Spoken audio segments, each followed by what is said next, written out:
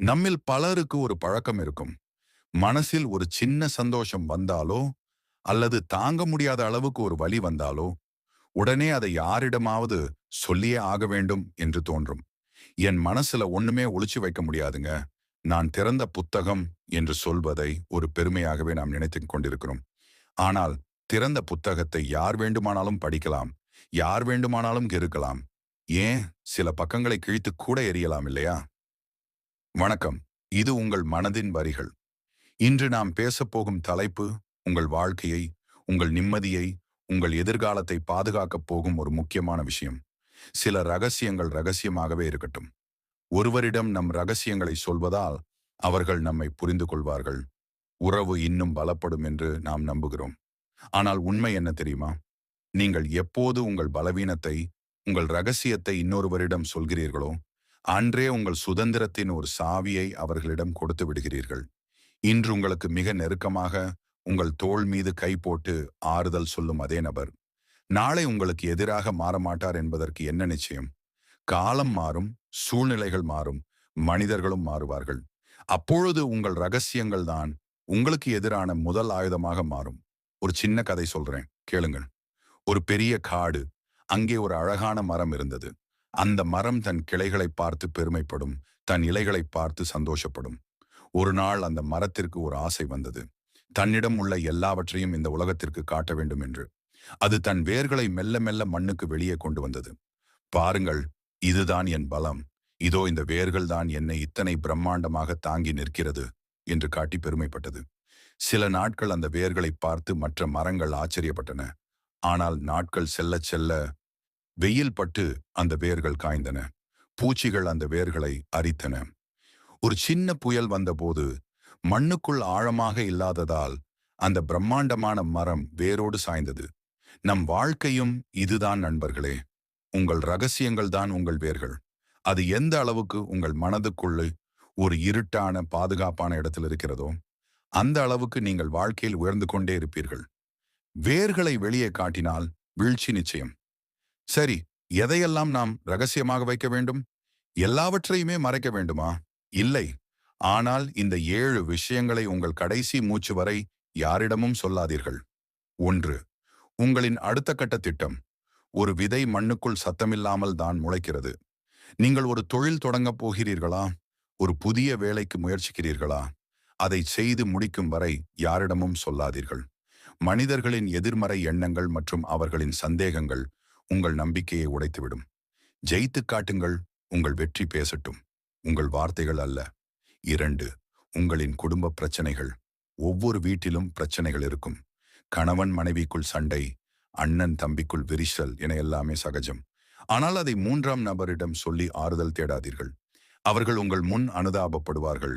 ஆனால் உங்களுக்கு பின்னால் அதை ஒரு நாடகமாக பார்த்து ரசிப்பார்கள். வீட்டு பிரச்சனை நிலைப்படியை தாண்டக்கூடாது. 3. உங்களின் ஆழமான பலவீனம் மற்றும் கடந்த கால வலிகள். நான் இந்த விஷயத்தில் ரொம்ப வீக்.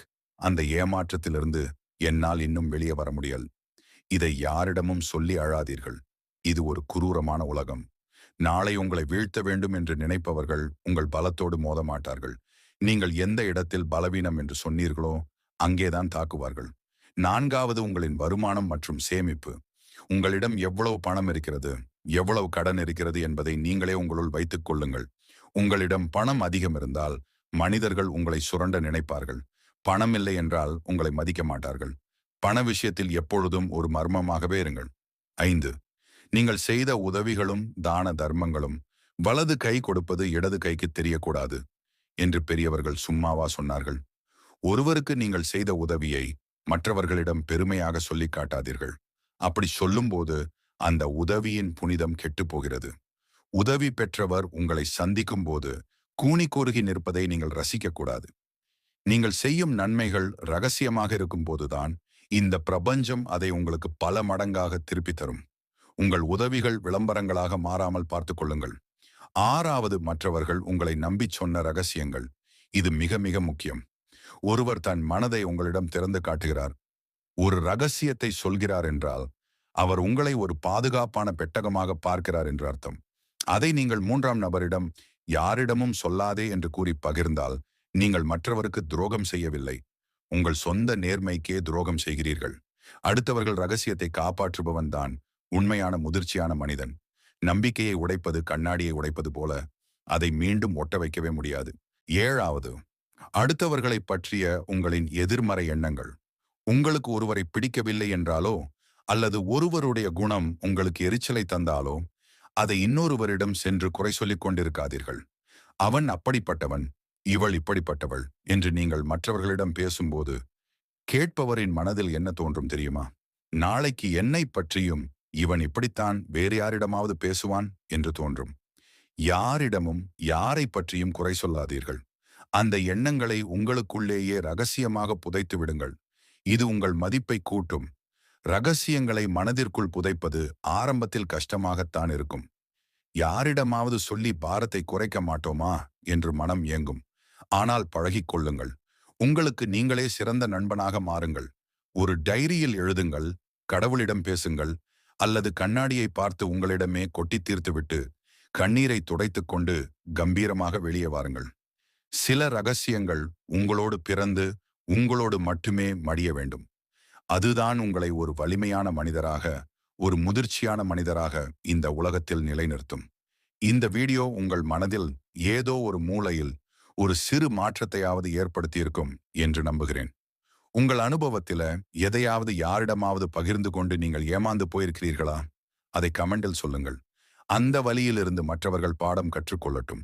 இந்த மனதின் வரிகள் உங்கள் மனதோடு பேசியிருந்தால் மறக்காமல் சப்ஸ்கிரைப் செய்து உங்கள் அன்பானவர்களுக்கு இதை பகிருங்கள். மீண்டும் ஒரு அழகான பதிவில் உங்கள் மனதை தொட வருகிறேன். அதுவரை உங்கள் ரகசியங்கள் உங்களுடனே இருக்கட்டும். நன்றி, வணக்கம்.